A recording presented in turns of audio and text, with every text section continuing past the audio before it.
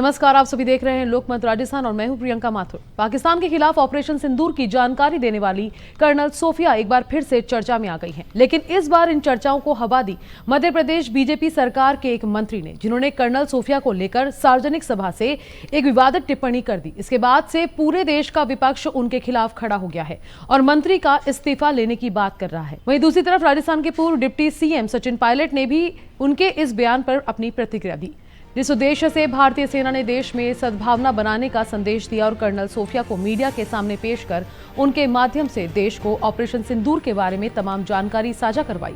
उसी उद्देश्य को कुछ ऐसे मंत्रियों के बयानबाजी से बड़ा ही आघात पहुंचता है, क्योंकि पहलगाम में आतंकवादियों ने धर्म पूछकर मासूमों को निशाना बनाया था। उसी सद्भावना बिगाड़ने के उद्देश्य को भारतीय सेना ने कुछ हद तक नाकाम किया, लेकिन मध्य प्रदेश के मंत्री ने मर्यादाओं को लांघकर एक ऐसा बयान दिया जिससे पूरा देश स्तब्ध है। वहीं राजस्थान के पूर्व डिप्टी सीएम सचिन पायलट ने भी उनके इस बयान की निंदा की और कांग्रेस महासचिव सचिन पायलट ने कहा कि भाजपा के शीर्ष नेतृत्व को माफी मांगनी चाहिए।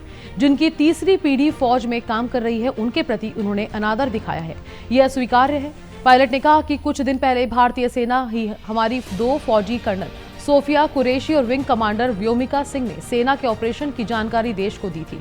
हम सभी को उन दोनों पर गर्व है। जिस प्रकार मध्य प्रदेश के एक मंत्री ने अपशब्द का इस्तेमाल कर्नल सोफिया कुरैशी के लिए किया, अब उनको सरकार में रहने का अधिकार नहीं है। वहीं कांग्रेस महासचिव सचिन पायलट ने जयपुर में प्रेस कॉन्फ्रेंस कर सीज फायर पर अमेरिकी राष्ट्रपति डोनाल्ड ट्रंप के बयान और केंद्र सरकार की चुप्पी पर सवाल खड़े किए। पायलट ने अमेरिकी राष्ट्रपति के सीज फायर को लेकर बयान और व्यापार को लेकर बार बार आने वाले बयानों पर भी आपत्ति जताई। पायलट ने कहा कि अमेरिका के राष्ट्रपति भी एक बार आतंकवाद का जिक्र नहीं करते, लेकिन कश्मीर को बार बार बातचीत में घसीट रहे हैं। ये चिंताजनक है। जिन्होंने हमारी बेटियों के सिंदूर उजाले थे, वही कटे पिटे लोगों को हमने उन्हीं की बहन भेज करके उनकी ऐसी की तैसी करवाई। एक बार मोदी जी के लिए जोरदार ताली बजाएं। उन्होंने कपड़े उतार के हमारे हिंदुओं को मारा और मोदी जी ने उनकी बहन को उनकी ऐसी की तैसी करने हमारे जहाज से उनके घर। अब मोदी जी कपड़े तो उतार नहीं सकते थे, इसलिए उनके समाज की बहन को भेजा कि तुमने हमारी बहनों को अगर विधवा किया है तो तुम्हारे समाज की बहन आके तुम्हें नंगा करके छोड़ेगी। देश का सम्मान, मान सम्मान और हमारी बहनों का सुहाग का बदला तुम्हारी जाति की समाज की बहनों को पाकिस्तान भेजकर से कोई ले सकता है। दिन पहले भारतीय सेना के 2 वरिष्ठ हमारे फौजी, एक कर्नल कुरैशी और एक विंग कमांडर व्योमिका, इन दोनों बहादुर योद्धाओं ने मिलिट्री ऑपरेशन की जानकारी दी, पूरे देश को दी।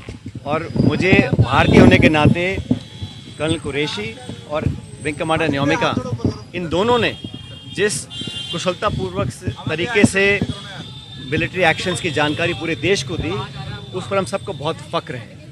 और मैं समझता हूं कि जिस प्रकार मध्य प्रदेश के एक मंत्री ने अपशब्द का इस्तेमाल किया कर्नल कुरैशी के लिए विशेष रूप से, उस पर मुझे लगता है कि उनको सरकार में रहने का कोई अधिकार नहीं है।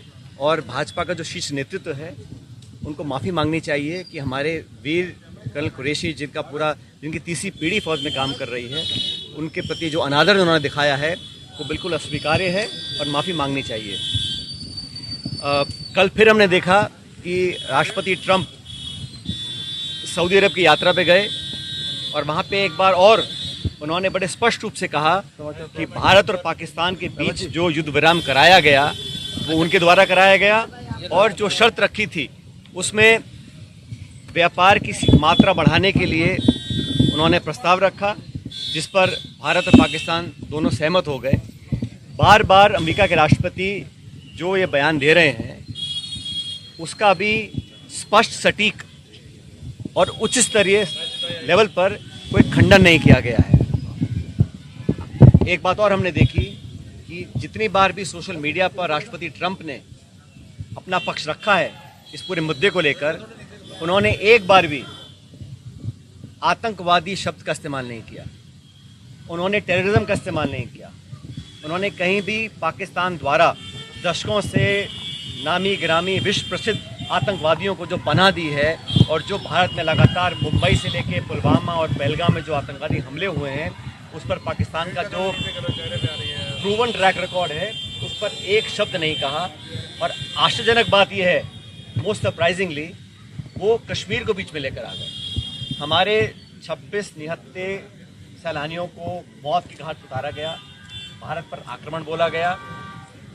बजाय इसके कि उसकी चर्चा वो करें, उन्होंने बेवजह कश्मीर मसले को हवा देने का काम किया।